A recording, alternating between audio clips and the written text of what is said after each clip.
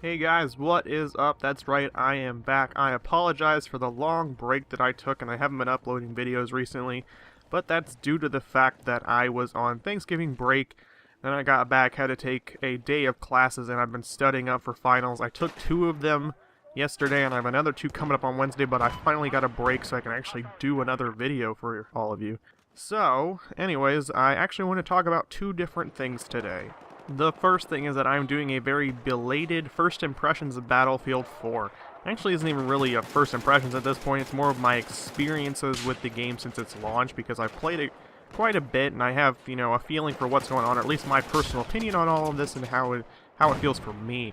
So anyways, when it comes to the game so far, I'm actually very on the other side of where most people are seeing the game. I know that pretty much Battlefield 4 so far has pretty much been torn a new one, and most people are really hating on it. But honestly, I haven't experienced nearly as many problems as most people have. I think the game is well done. I appreciate the maps. It plays a lot like Battlefield 3, and I know that that is another thing that people say is wrong with it. But then again, I enjoyed Battlefield 3, and I'm enjoying Battlefield 4. The only thing that I still don't enjoy is that I know that they said that they upped the overall destructibility and stuff like that, but honestly, I still don't think it's as great as it should be. Battlefield 3 pretty much got rid of almost all destruction in the entire environment, and that was really a downer for me because in Bad Company 2, that was my favorite thing. You know, there's an enemy camped out in a building, so what do? You bring down the whole freaking building. And that was an awesome feeling. It was really cool. I loved doing that. But in Battlefield 3, that pretty much was all gone, and in Battlefield 4, it's very limited. So I would like to see that come back, hopefully, in future iterations of the game. Also, I've noticed a few minor bugs with it. I've experienced some issues when it comes to trying to get into different servers.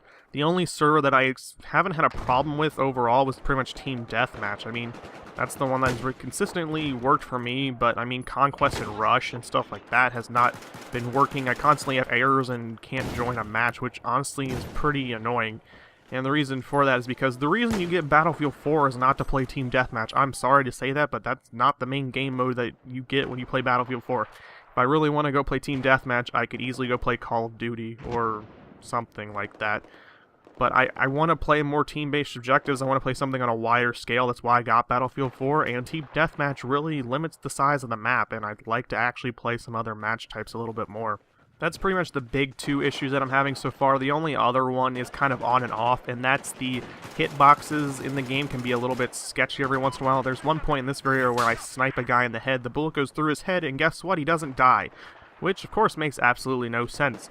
But it's not always a problem. It happens every once in a while, so maybe that'll get patched over time if there's enough issues with it. I guess we'll just have to wait and see. Now, the other thing I wanted to talk about was something that I originally wasn't planning on addressing, but due to the actual amount of articles that have been out there revolving around similar situations, I decided, you know, I'll talk about it. So, on IGN yesterday, there was an article posted with the title, "Man Pays $750/450 for Xbox One Photo and eBay Scam." And the first paragraph says, Nottingham, UK resident Peter Clatworthy, 19, mistakenly purchased a photo of an Xbox One via eBay in an unfortunate seller scam. He spent £450, nearly $750, expecting to receive a Day 1 edition, but instead received a faded, printed photo of the console's box. Now, the reason I want to talk about this is because after reading the article, I was expecting to go down into the comments section and see people, you know, saying that they felt, you know, at least a little bit bad for the guy. You know, maybe it was kind of dumb, but, you know, at least, you know, you feel bad for him and, oh, he should get a refund, and the person who did this is just, you know, scam artist, it's terrible, it's bad, all that stuff.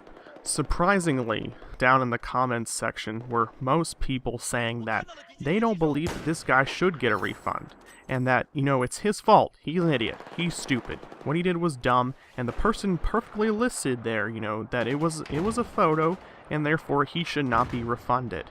Now, I don't agree with that opinion at all whatsoever.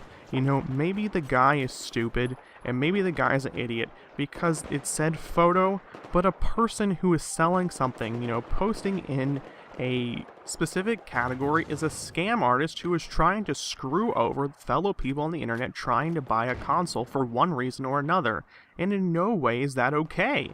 I don't care what the justification is. I don't care if you're saying, oh, it says photo there or whatever. You don't put in a certain category this item and then say it's a photo and then list it as the selling price. You know, the actual retail price. I mean, they listed on there at the retail price of the thing was the same as if you were going to buy a legitimate Xbox One. That's the scam. That's misleading. You're misleading someone to buy something that they believe is genuine, but in fact is not, and that is not okay. I don't care what you put down in the description or whatever. I mean, I've been on eBay before. I've seen even worse scenarios where someone will post, you know, this is a whatever, and then down, you actually have to click on the item, go down into the description of the item, and then at the very bottom, and not in bold, you know, not in big print, it'll say that's, oh, it's just actually, you know, a copy, or it's just actually, you know, the case of something, or it's just the artwork of it, or whatever. And I think that's completely, it's just bullshit too. You shouldn't be allowed to do that. That is, you're intentionally trying to screw people over, and that's terrible.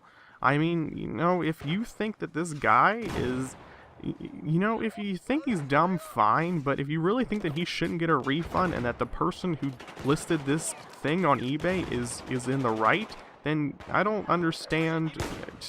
You have a very interesting view of how, you know, trading and the economy and just financial exchanges should work, because it's misleading and it's shady tactics, and I'm sorry, but it's absolute bullshit. But anyways, that's, you know, I guess, and you can have your own opinion on it.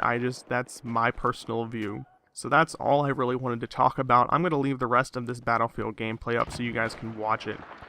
In this match, it's kind of slow. I mean, I'm playing as a sniper this time. I actually don't typically do that. I typically switch it up. But yeah, so I will see you guys next time. Enjoy the rest of the video. See ya.